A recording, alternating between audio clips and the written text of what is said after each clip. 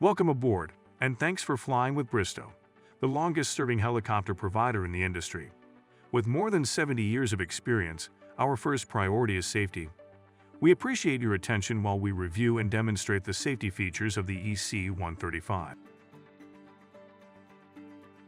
For everyone's safety, you are required to follow all crew member instructions and comply with the posted, placarded, and lighted information signs. Federal regulations prohibit smoking, including e-cigarettes, or using smokeless tobacco on board any Bristow aircraft. Hearing protection is required, and all electronic devices need to be placed in airplane mode or turned off prior to departure. Bristow requires the wearing of life vests on all overwater flights. To don a vest, begin by standing, then slip the vest around your shoulders and place your arms through the holes. Next, zip up the vest fully and fasten the buckle on the front. Adjust to fit with the straps located on each side of the vest under your arms. If equipped, attach the leg straps to the buckles and adjust the straps so they are snug but comfortable. Roll up any excess leg strapping and secure it to the attached Velcro straps. If required to inflate your vest, pull down on either of the red beaded handles. Vests may also be inflated by blowing into the tubes located at shoulder level. Life vests vary in color and design. Please check with a crew member if you have any questions. Warning: do not inflate your vest while inside of the aircraft. When boarding, a crew member, ground handler, or helicopter landing officer will assist you. Watch for a crew member's hand signals and follow their instructions before entering or exiting the rotor system. Approach the aircraft from the side, remaining in clear view of the pilots, and always keep a safe distance away from the tail rotor. Also, be aware of the main and tail rotor clearances while walking up helideck stairs or when approaching and departing the aircraft on the uphill side of sloping terrain. You will board the aircraft through one of the main cabin doors. Doors are opened by lifting up on the handle, pulling out, and gently sliding the door to the rear. As you enter, observe the designated no-step area on the float bags to avoid damaging the floats and rafts. Your luggage will be loaded in the rear cargo compartment and placed neatly underneath the netting for security.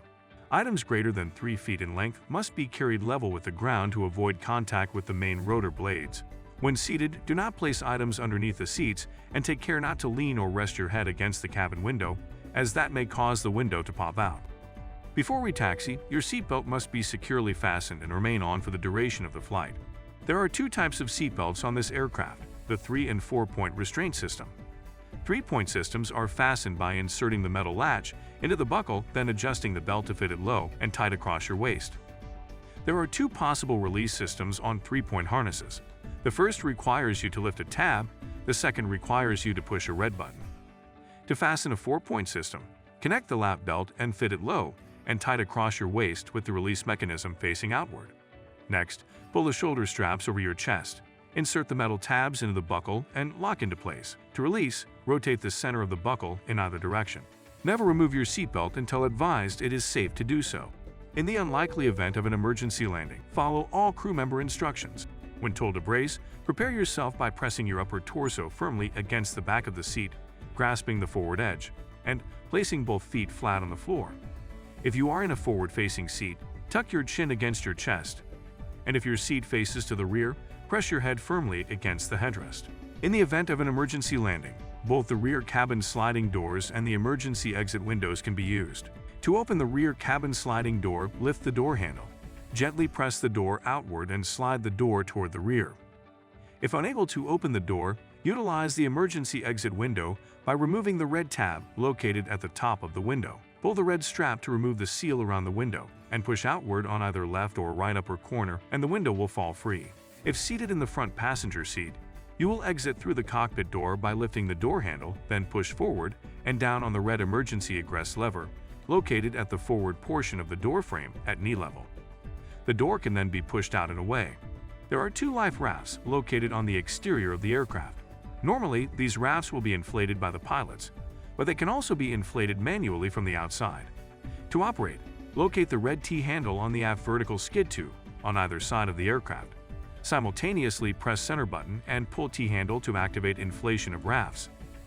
Do not activate a life raft unless instructed to do so by a crew member, and only activate the raft once the helicopter has landed on the water. For all emergency evacuations, ensure it is safe to exit the aircraft by verifying that all motion has stopped, your path is clear of fire or other hazards, and the rotor blades are no longer turning. For those passengers who have attended helicopter underwater egress training, remember to have a reference point and assist others if able. As a reminder, never inflate your vest inside the aircraft. There is a first aid kit located behind the pilot's seat and should be removed during an evacuation. The cabin fire extinguisher is mounted in between the co-pilot and pilot's seat in the rear cabin. To operate the extinguisher, remove it from its mount and remember the acronym PASS. Pull the pin in the nozzle low, then squeeze the handle to release the agent and sweep in a side-to-side motion at the base of the fire. Do not activate a fire extinguisher unless instructed to do so by a crew member. Once you have arrived at your destination, keep your seatbelt fastened until told it is safe to exit by the pilot and the blades have come to a complete stop. When exiting, follow crew member or helicopter landing officer instructions and remain in clear view of the pilot. A crew member or helicopter landing officer will operate all cabin and baggage doors and retrieve your baggage. Thank you for listening. We'll be boarding the aircraft shortly. Now is a good time to secure or stow any loose items. Once on board, review the passenger safety briefing cards located throughout the aircraft. If at any time you have a safety concern or question, please feel free to speak with a crew member. In today's market, there is no substitute for professionalism. Bristow's pilots, maintenance technicians, and ground support personnel are all dedicated to being the best in the business and remain committed to safety first and service excellence. On behalf of the entire Bristow team, thank you for your attention. Sit back, relax, and enjoy your flight.